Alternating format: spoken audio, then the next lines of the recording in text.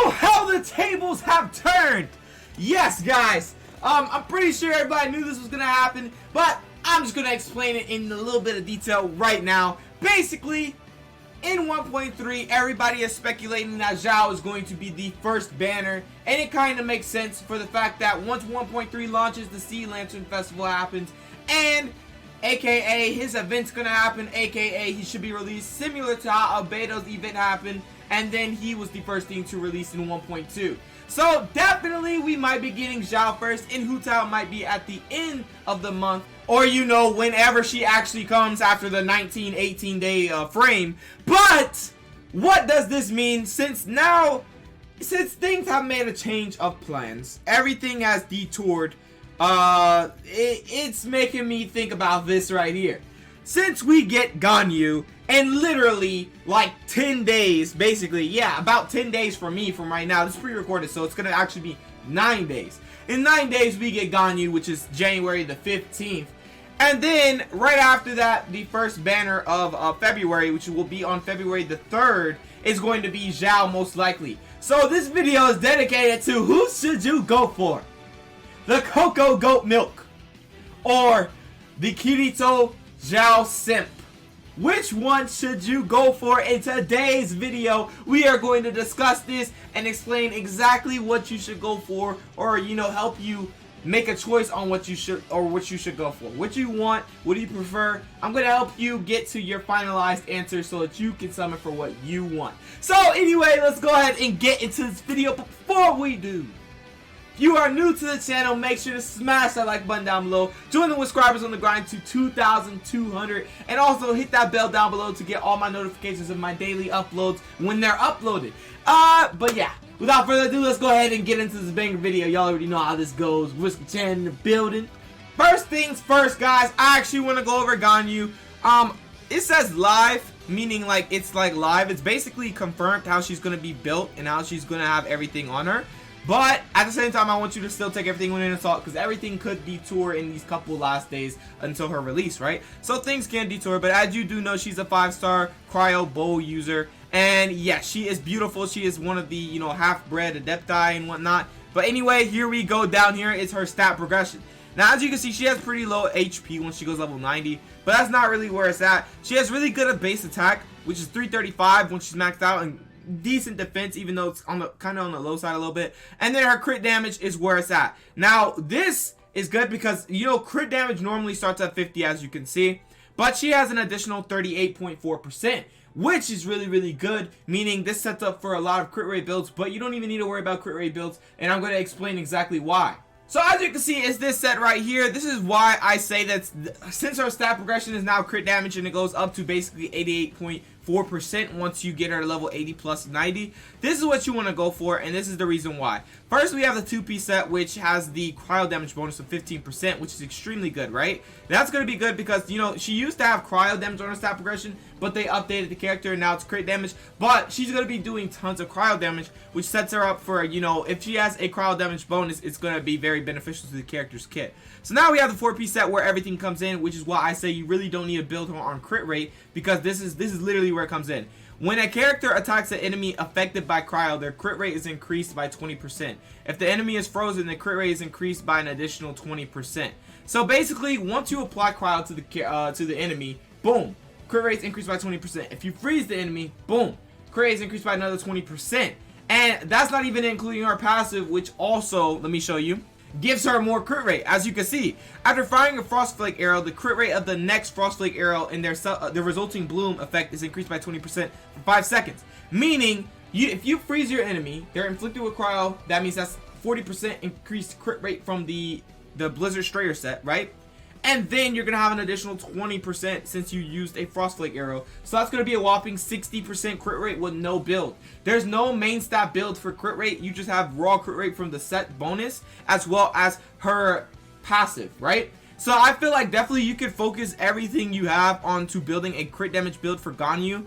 Definitely, that's what I'm doing right now, and that's what I hope is going to be like the best. I hope her crit damage stat stays the same. It should stay the same since it's all like she's right around the corner. It should be finalized by now. But for sure, that is going to be something that's going to be insane. That's why it's going to set up for plenty of builds and whatnot. and like really good crit damage and all that. Since she's a sniper unit, she's going to be doing tons of damage. And as you do know, let me explain exactly what the Frostflake arrow is. If you don't know, let's go over the character. This is basically her normal and charge attack. Similar to Child, she has something where her aim charge has some type of not a debuff, but like a debuff. So basically we have the aim shot, which just does the regular damage. You know, it does the cryo damage, right? 117. I'm pretty sure that's the max. Yeah, that's the max. 117. But then you have aim shot charge level 1. Now what this is once you charge, it's gonna turn to level 1, and basically let me go explain what that is, right?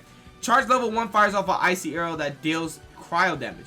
Charge level 2 fires off a Frostflake arrow that deals cryo damage. The Frostflake arrow blooms after hitting its target, dealing AoE cryo damage, right? So that's the difference between the level 1 and the level 2, which is the Frostflake arrow. And this is what it can do. This is the damage it can do right here. It's 304 at level 15, but at level 10, let's go look, let me see. Level 10, it can do 230, which is extremely good still. And then the bloom damage is going to do 391, which is almost 400 damage, 400% damage. So that's really good. I feel like definitely you're going to be charging a lot of charge level 2s to get off that. You know, not only are you going to get you're going to proc the passive for the crit rate to increase by 20%, so that you got added onto your Blizzard Strayer set once you give her the 4-piece Blizzard Strayer set to get an overall, like if you freeze the enemy, 60% crit rate, and that's not even including the substats of your build. So you get 60% increased crit rate if you freeze the enemy and use a charge level 2, and then if you just use, you know, charge level 2 and then you just apply the cryo to them, that's only increased 40% crit rate, which is still good, it's still viable, still gonna do it's gonna crit most of the time is what I'm saying. So definitely, I feel like you're going to be a monster with this, and going to be a monster sniper. You're going to be critting basically all the time due to the Blizzard Strayer set as well as how our passive works. So anyway, let's go ahead and go over elemental skill, which is called Trail of the Keeling. Basically, she leaves a single Ice Lotus behind. GANYU dashes backwards, shunning all impurity and dealing AoE cryo damage. The Ice Lotus continuously taunts surrounding opponents, attracting them to attack it, which is also really good considering she's a sniper. It's going to set her up for like everybody going for that, and then she's just going to have time to do headshot snipes off the back, do all the crit damage and whatnot, apply the freeze if you have a Hydro character, and you already know. So basically, the endurance scales off of GANYU's max HP, which shouldn't be a big deal. You should not. And I mean, you should not build off HP just because it says that. The endurance is good, but honestly, I feel like it's good because if you leave it, if you just go off your base HP, you don't have any HP stats. Maybe having some substats for HP because like you can't help it is fine. But honestly, you shouldn't build off max HP for the fact that once this, it'll bloom profusively and it can get destroyed. So I feel like if you let it get destroyed, it's gonna do a lot of cryo damage. AoE crowd damage, so I feel like letting it get destroyed would be good. Having an endurance would also be good because it taunt enemies way longer, but at the same time the duration is only 6 seconds, so I feel like maybe having your HP just regular and letting it be base and all that would just make it way better for it so it can explode at a good time and then do the AoE cryo damage, right? So as you can see, it will bloom profusively, and when destroyed or once its duration ends, it will deal AoE cryo damage, right? The inherited HP can go from level 1 to 120, level 10 to 216, and if you will the character to level 15 to 85%. The skill's damage can go from 132 at level 1, at level 10 237.6%,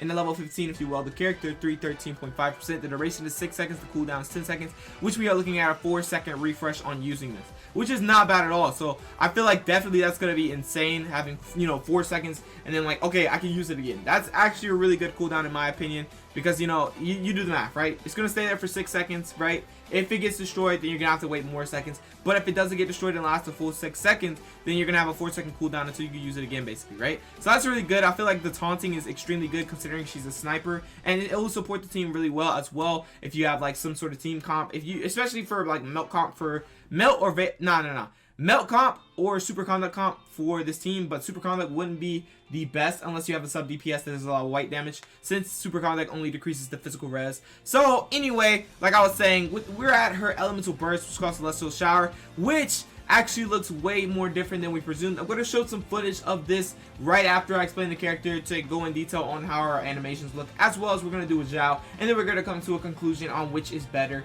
or not which is better, which you should summon for, and which do you want. So let's go over this elemental burst. So this is called Celestial Shower. This coalesces atmospheric frost and snow to summon a sacred cryo pearl that exercises evil. During its ability's duration, the sacred cryo pearl will continuously rain down shards of ice, striking opponents within the AoE and dealing cryo damage. Now the ice shard damage at level 1, 70% basically, and level 10 is 126, and then level 15 is 166. That's if you well the character. The duration is 15 seconds, and the cooldown is 20 seconds. The energy cost is 60. Now this is really good in my opinion because you're going to be getting your energy particles back considerably fast, considering you're going to be charging level 2s the whole time, which it will be similar to Child, how you charge his, and then you do that debuff, you will get energy particles back. So it's going to be just like that, and you're going to get a lot of energy back while you're doing that, and then you're going to be critting so much. It's going to make up for the time basically. You're going to be stalling with all those arrows, or you're just going to be doing main damage with all those arrows, and then you're going to get your Celestial Shower, which is good because of the fact, let me go ahead and go over this real quick. It's her passive.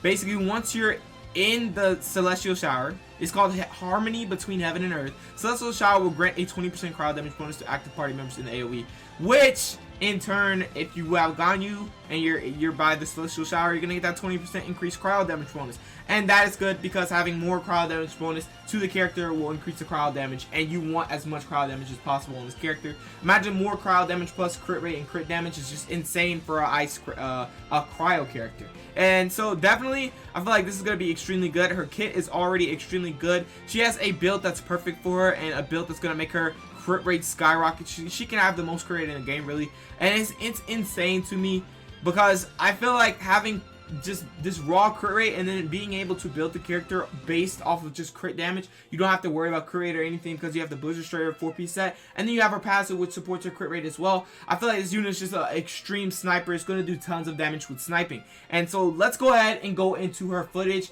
and break down some of her attacks and whatnot and explain and show you how it looks. Alright, shout out to Mello, guys. But anyway, here's GANYU. This is basically like a little preview, and this is how she looks. It's a little blurry, I'm sorry, but this is her running animation. This is her attack animation. The angles. The angles. They always do this, and they make sure to do this to make you want the character. That is charge level 2, as you can see, once it makes that little, right here, 1, and then 2. So now that she's charge level 2, she frees all enemies because it does AoE crowd damage, and then, you know, so it's going to do tons of damage because of blooming and profusely exploding. And so, as you can see, this elemental burst right here. And it has a, if you didn't notice, right? Let me show you. If you did not notice about her elemental burst, it has a big radius. I'm pretty sure this is bigger than Albedo's elemental skill. And now, this is good because once you're in that field, that big old field, you're getting a 20% increased cryo damage bonus because of her passive. And you're going to be able to do this a lot, so you're going to be proccing for your passive for cryo damage a lot, which is extremely cool. Also, another thing to note is that her elemental skill. As you can see, she drops that ice lotus right there, right? Taunts enemies, but he's dead. And it explodes. Once the duration ends, or once it's damaged enough, it will explode and deal AoE crowd damage. So that's really about it for GANYU. That is all her attacks. That is her skills, her charge level 1, charge level 2, her elemental burst, which is it's gonna be extremely good for the 20% crowd damage bonus for sure. And yeah, so for sure, like I said, guys, GANYU is going to be good. She's going to do tons of damage, like guaranteed.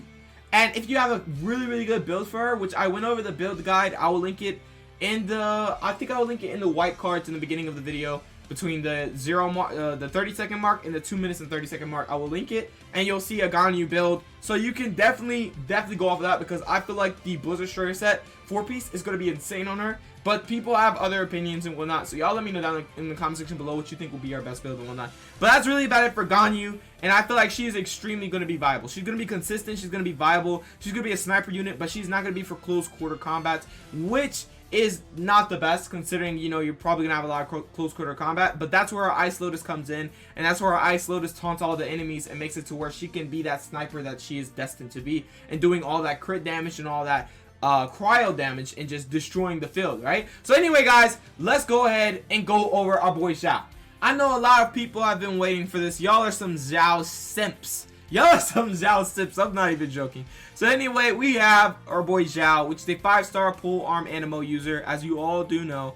And right here, if you didn't know, they changed his stat progression. I'm pretty sure you all know. I've talked about it in the various 2 previous XIAO videos. They fixed his stat progression from going from animo damage to crit rate, which is good. You're probably saying that is not good, Whisker, that is not good. I will explain exactly why that is good, right? So before we do, I'm going to go over his base HP, which is actually really decent. It's 12k. His base attack goes up to 349, which shows that he's going to be a DPS. His base defense goes up to basically 800, which is extremely good. And the crit rate goes up to 24.8 24.2% I meant, right? And then you know the base crit damage is 50. So I'm gonna go over exactly why crit rate is gonna be extremely good, just like I went over exactly why Ganyu's crit damage was extremely good. Okay, so here it is. This is the Primordial Jade Winged Spear. Now, if you don't have this spear, it's okay. But what I'm gonna state is that this is his best spear in my opinion, and I will also state why. So first off, it has a secondary stat type of crit rate. Now, as I said, he has a stat progression. Let me zoom in. He has a stat progression of crit rate, which goes up to 24.2%. Now, Primordial Jade, if you get it all the way leveled up, right? Let me go down. At level 90 or level 80, he'll have 20.1% crit rate on the weapon, and at level 90, it'll be 22.1%. Meaning you'll have overall a 40% crit rate, not from any main stat build, which is good. This is basically just like Ganyu. She sets herself up for a lot of crit rate and crit damage from just her build. Like, she gets crit damage from her build, and then her artifact set automatically gives built-in crit rate, and also her passive automatically gives built-in crit rate. Similar to that, XIAO, his stat progression gives automatic crit rate, and if you have the Jade Winged Spear, it automatically gives you crit rate, which sets them both up for crit rate builds, crit damage builds. Okay, so I definitely feel like both characters are insane. They're gonna be critting a lot if you have the Primordial Jade Winged Spear, but if you don't, you're gonna want to build on a crit rate type beat on him, definitely, because he only has 20% crit rate. And if you want like a crit damage build, you can go for a crit damage substats, like 20% crit damage substats if you're lucky on the 5-star artifacts. But if you're not, then I mean, it's up to you how you want to build your XIAO. Whether you want to go for a lot of crit damage, or whether you want to go for crit rate for consistent crit damage, right? So anyway, as I was saying, the secondary stat is crit rate, which is extremely good. And also the effect of this weapon is on hit, this will increase attack by 3.2% for 6 seconds. This is a max of 7 stacks. This effect can only occur once every 0.3 seconds. While in possession of the maximum possible stacks, damage dealt is increased by 12%. Now, let's go ahead and do that math. So, after you get the maximum of 7 stacks with a 3.2% damage, you're going to have a maximum of 22.4% increased attack, right? And then that's also going to increase the damage dealt by 12%. So, guys, this weapon is going to be extremely good in boosting damage, and it's very consistent for the fact that the cooldown, or this can only occur every 0.3 seconds, which is not even a second, not even half a second. So it's going to be extremely good. I feel like it's going to be very consistent on him, and the crit rate being built in is going to make it monstrous for him, even considering that he already has crit rate on his stat progression. That's why it's going to be extremely good. But anyway, let's go over the character. These are normal attacks, charge attacks. They have nothing special about them, no charges or anything, but it does have a charge that consumes stamina, but doesn't do like animal damage or anything like that. So anyway, we have Static Wind Cycling, which is an elemental skill where XIAO lunges forward, dealing animal damage to opponents in his path. This can be used in midair. I will say this every time I make a XIAO video. This is very versatile for the fact that he can go in any direction that he desires, and while he's going in that direction, he goes extremely fast and deals animal damage. And this can be done in the air as well. So this starts with 2 charges, which is extremely good, similar to Jumpty Dumpty. And also at level 1, the skill damage is 252, the cooldown is 10 seconds per charge, and level 10 is 455, and at level 15, if you will, the character is 600%, which is a lot of percentage for a elemental skill in my opinion. And considering that he has 2 charges, that is definitely a lot of damage. And this also is going to get his energy particles back pretty fast, right? So now we have where everything kicks in, where the character is insanely famous, where the character is just insane overall. The Bane of All Evil Yaksha Mask. This will greatly increase XIAO's jumping ability. This will increase his attack and AoE attack damage. And this will convert all his damage to animal damage, which cannot be overridden by any other elemental infusion. In this state, he will continuously lose HP, but it's by current, not max. And also, the effect of this skill ends when XIAO leaves the field or when the duration ends, right? So we have the best thing about this is that they put plunge damage into his buff once he goes into the form. In my opinion, that is the best thing they could have done, considering that they were nerfing it over and over. So normal attack slash charge attack slash plunging attack damage bonus can go from level 1 to 58.45, level 10 95.2, to level 15 if you will, the character 117.95, which is very pay to win, because he's going to be extremely strong with that, right? And as you can see, the life drain is current HP, which is extremely good, because as you do know, current HP takes less HP, but if you have max HP, it's going to take based off your max HP and chunk your health. No matter what health you're at, it's going to chunk your health, but at current HP, it adapts and says, okay, we're going to take 30% of 10,000. Okay, we're going to take 30% of 1,000. So it's not 30%, but 2%. You get what I'm saying. So I feel like definitely it's going to be extremely good. And this is HP per second. So it's going to be taking not a lot of HP, but if it was max HP, it'd be taking a lot of HP. So anyway, the duration is 15 seconds. They nerfed it from 17 seconds. And the cooldown is 18 seconds, and the energy cost is 70, which is not bad considering that, you know, he gets his burst back pretty considerably fast because of his limb scatter when cycling. So I feel like definitely it's decently balanced, and you're gonna still be spamming his Bane of All Evil, especially if you have an energy charger on your team like Albedo, so that you go get his Yaksha Mask literally 24/7 basically, right? So that is really, really good. But this is where it all comes in. As you can see right here, while under the effects of Bane of All Evil, this is his first passive. All damage dealt by XIAO is increased by 5%, and the damage increases by a further 5% for every 3 seconds the ability persists. So after 12 seconds, you'd have increased attack of 25%. This is the maximum damage bonus. And then you'd have exactly 3 seconds to maximize and destroy with that additional 25% increased damage bonus to his Yaksha Mask, whether you're level 10, which is plus 95.2%, or whether you're level 15, which is 117, right? So you're going to have increased damage bonus, which is extremely cool to me. And also in his second passive, which is Dissolution, Eon, Ebb, and Fall, once you use Limb Scatter when cycling, this increases the damage of the subsequent or the next Limb Scatter when cycling by 15%. This effect lasts for 7 seconds. If you don't have Constellation 1 for him, this is Constellation 1 makes it perfect for him for the fact that he's going to have 3 charges and has a maximum of 3 stacks.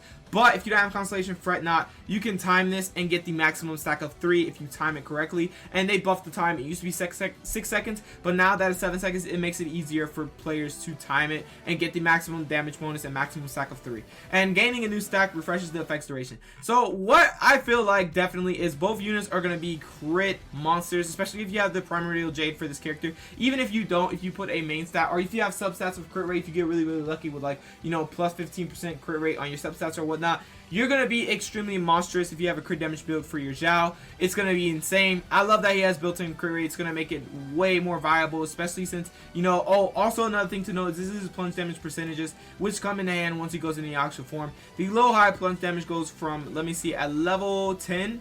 Level 10 is 291 to 364. And then level 15 is 375 to 468, which is extremely, extremely high. He's going to be being able to do a lot of plunge damage as well. And then we're not even considering that you're also going to get a plunge attack damage bonus as well. And then that's plus this right here. So I feel like definitely he's going to be extremely strong still. They're not going to make a mistake and make another Zhong Li like I said in my previous video.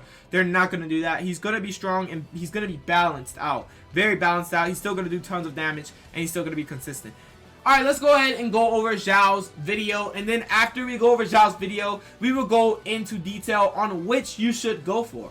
Shout out to Rising, guys. But anyway, let's go ahead and look at this gameplay footage. As you can see, that is Limb Scatter when cycling. Look how many particles he got back just from that. Now, this may update. He may not get that many particles back. So, definitely stay alert. Do not, and I repeat, do not think that anything is finalized in this video. This is a closed beta test. This is before everything. He got nerfed, so none of this is accurate, right? So as you can see though, the skills are gonna look the same basically, and his attack animations are gonna look the same as well. And Limb Scatter when cycling is extremely good. The 10-second cooldown on each charge makes it very viable in my opinion. His normal attacks look extremely good, and then like I feel like it's just he's gonna be so viable, right? Limb Scatter when cycling can literally just go straight through your opponent, which is also another fact that's extremely good about him. It's not like you're gonna hit the opponent and come out of halt. You can go straight through them and deal animal damage. So that's gonna be extremely cool. And as you can see, he has the Yaksha Mask. So let's skip forward to where he goes into Yaksha form. Okay, so as you can see right here, Yaksha form, boom. This is how it looks. And this is what I was talking about plunge damage, and I'm happy that they incorporated the fact that there's going to be a plunge damage increase in his Yaksha form. For the fact that he's going to be able to do this. He's going to be able to put out plunge damage. He's going to be able to put out tons of animal damage. And the crit rate coming in is going to be insane, especially if you have a crit damage build, because you're going to be literally smacking the floor and critting all the time, doing all your crit damage, doing tons of damage. Now, as you can see, his health went down a lot because in this closed beta test, his build was basically he lost health based off his max HP, not his current. That's why he lost so much health. Like I said, closed beta tests do not take anything in this into consideration. Don't take damage, don't take anything. Just take how his skills look. And yeah, that's really about it, because I feel like definitely his damage and everything changed because of how they rebuilt him. It was a good rebuild because they gave him more buffs than nerfs. So I feel like it was a really good rebuild. But at the same time, it was absolutely broken in closed beta tests. Like when he was in closed beta tests, he was doing 40k from plunge damage, like 40k, and I think it was no crit, so he just 40k. He literally 4-tapped the electro hypostasis. So that definitely, in my opinion, I'm really happy they reworked him to a way where he's not broken, but he's also not like, you know, he's not bad. He's not gonna be bad at all. He's still gonna be extremely good. He's still gonna be a good unit. So I definitely feel like this is going to be insane. This unit's going to be insane as well. And I love how his animations look. I love how the character concept is. I love his voice actor, which is Kirito, if you did not know. And it's just insane. So let's go ahead and go over which should you get. Which should you summon for? Which should you save for? Alright, first thing I want to note about this is that GANYU is an extremely good unit. Both of these units are, even XIAO, he's an extremely good unit. Both of these units are based off of crit rate. Not based off of crit rate, but what I'm saying is they have some sort of built-in crit rate for their kit. As you know, he has a stat progression of crit rate. As you know, she has a passive of crit rate, and also she has a perfect Blizzard Destroyer set that the 4-piece literally supports crit rate 100%. So both units are going to be critting a lot. Both units could go for crit damage builds. So they're similar in that faction, right? So what I want to talk about is GANYU is a sniper unit. She is a unit that is not for close quarter combats. She is a unit, she could taunt enemies. She could be sub DPS. She could definitely be sub DPS. She could be a sniper unit sub DPS. If you want to try to main DPS her, you can main DPS her. But she is an extremely good sniper unit. She's going to do tons of damage from charge level 2, as well as her Lotus, as well as her elemental burst, right? She's going to put out a lot of crowd damage, right? And that crit damage being as it is in her stat progression is extremely good, setting her up for a maximum crit damage build comp. You're going to have tons of crit damage. It's going to make her extremely strong, her snipes are going to be extremely strong because they're going to be critting all the time because of the 4-piece Blizzard Destroyer set and because of her passive and how it works once you do her charge level 2, which you'll be spamming on this unit. Now, we have our boy XIAO, which is extremely good because he has a built-in crit rate. And if you have the Primordial Jade, you're going to have even more crit rate for the character. But if you don't have that, even if you don't, you're still gonna have tons of built-in crit rate. And then you could go for a crit rate build of a main stat on your logos, or not your logos. You could go for a crit rate build stat on your logos. But if you want to go for a risky play and you want to deal with this, and you have substats for crit rate, and you at least have like 39% crit rate, you can go for a crit damage build on your main stat of logos, right? Since you have the substats for crit rate that make up for all the, missing crit rate that you're gonna need if you have tons of crit damage. So definitely that is something to come in mind. But what I want to discuss is that he's gonna be extremely consistent because of crit rate, and if you build him on crit damage, he's gonna be even more consistent if you have if you have a decent amount of more crit rate if you build him on crit damage. Because you don't forget, if you have a crit damage build on XIAO, you're going to need crit rate on your substats. And I mean maximum, you're going to need as much crit rate as possible. It's considering that he only has 24.2%, unless you run a weapon with crit rate on the secondary stat, like I said. So anyway, that is extremely good. I feel like definitely he's very versatile because of his elemental skill as well. And also considering that his plunge damage, every character's plunge damage is really good. But they're not able to throw it out like crazy unless you just continuously jump off of something and climb up something, which is not very viable. So this is why he is so good, because he can abuse and he can throw out his plunge damage. He is not prone to like looking at these numbers and being like, I'm barely going to use that. I'm only going to use that when I fly over the Pyro Regisfind and slam on it. Nah, you're going to be using this in battle because of how he works and how he's so meta changing. So I'm happy that these numbers right here actually matter. You're going to be just spamming them, right? But like I said, Lymphatic Wind Cycling is extremely good for the damage it can do, and it has 2 charges. So the damage you can do on level 10 is 455. That is extremely good damage, and considering how much energy he's going to get back once he does Lymphatic Wind Cycling, it's so beneficial. And the cooldown only being 10 seconds, I feel like that is a really balanced cooldown, considering that how versatile this is and how you can use this right here. In my opinion, I feel like it's just very balanced. And considering the passive as well, where once you use the first one, the next one has a 50% increased damage bonus for 7 seconds. That is just insane. It makes it to where he's going to do way more damage, and it makes it so much more viable and so much more better. And the cooldown being 10 seconds is extremely good. I'm just going to say that. It's so good for this, especially. So now we have the Bane of All Evil where everything comes in. Now, I feel like this right here is extremely good because of like I said, it's not going to change in my opinion because of normal attack, charge attack, and plunge damage, plunge attack damage bonus. So I feel like definitely this is why it's good. This is where it's at. It's because the duration is 15 seconds, which is actually decently long, and because of how the passive works as well, it gives you that 25% increased damage once 12 seconds pass, because you're already increased by 5% once you go into the form. And then it's going to increase every 3 seconds 5 more percent. So it's going to go for a maximum of 25%. After 12 seconds, you have 3 seconds to spam that 25% increased damage bonus. And then you're also going to have at level 10 95.2% normal attack, charge attack, and plunge attack damage bonus, which is going to make him even more stronger. And losing current HP, in my opinion, is just so good. And he's going to be able to get this form back extremely fast, decently fast. They increased the cost to 70, but it used to be 80. It went from 60 to 80 to 70. So it's a buff. I feel like they're just trying to balance it out to see what's very perfect for not being broken, but also being very good and very playable. So definitely, this is playable. 70 energy cost, and honestly, I feel like he's gonna get his energy back really fast, because once you're in Yaksha form, once you throw out all of that animal damage, all of that, because everything's converted to animal damage, I'm pretty sure once you do charged attacks in his Yaksha form, he will be able to get energy back, similar to how Child, if you did not know, once you transform from Child's bow to his melee stance, if you do charge attacks, it gives him energy back way faster. So similar to that, I feel like Bane of All Evil should do something similar, in my opinion. If it doesn't, but if it does, it's really kudos. But basically, once you go into the form and you do charge attacks, I feel like it should give energy back, so that, like, you could get your energy back, and then by the time you're out of Yaksha form, you're like halfway to your Yaksha mask again.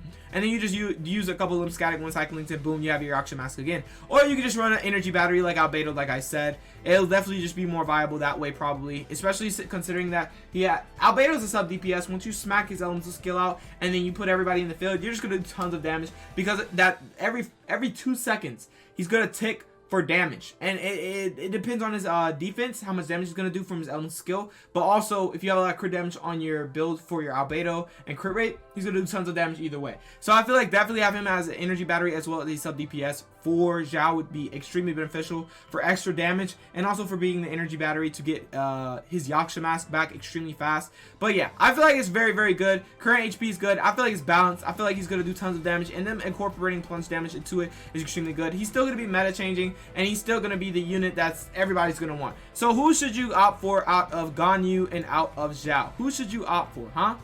Well, in my opinion, I'm going to keep it straight with you guys.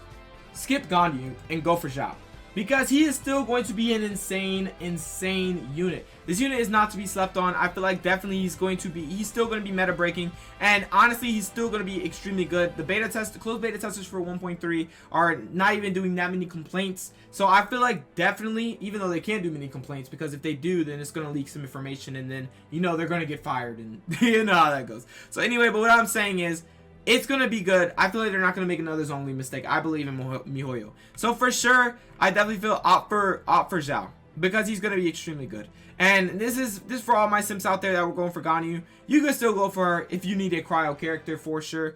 But if you have a decent cryo character like Diona, or you have a decent cryo character like, Chongyun, you really don't need to opt for her. But if you want her just based off of your preference, go for her. This whole game is about preference, okay? But what I feel like free-to-play players should do, what I would do if I was a free-to-play player, is I would save for Xiao, for how meta-changing he is, how good he is, how good his character design is, how good his attacks are, how much damage he's going to do. He's still going to be extremely good and balanced. So I feel like definitely Xiao wins this battle. That's what I feel like. Xiao wins, and that's the end of the discussion. So, for all my Xiao Sims out there, yes, your boy definitely is worth the summon. You should skip GANYU for him, considering that, GANYU's banner, right after GANYU's banner, is going to be 1.3 update, and that's when we'll probably get Xiao first, considering the Sea Lantern Festival is right there. And that's why I feel like definitely this video had to be made, whether you should get GANYU or Xiao. So, definitely, like I said, Xiao is the pick. If I was a free-play player, in my opinion, he is the pick. So I feel like definitely you guys should keep saving for him and inevitably get Xiao 100%.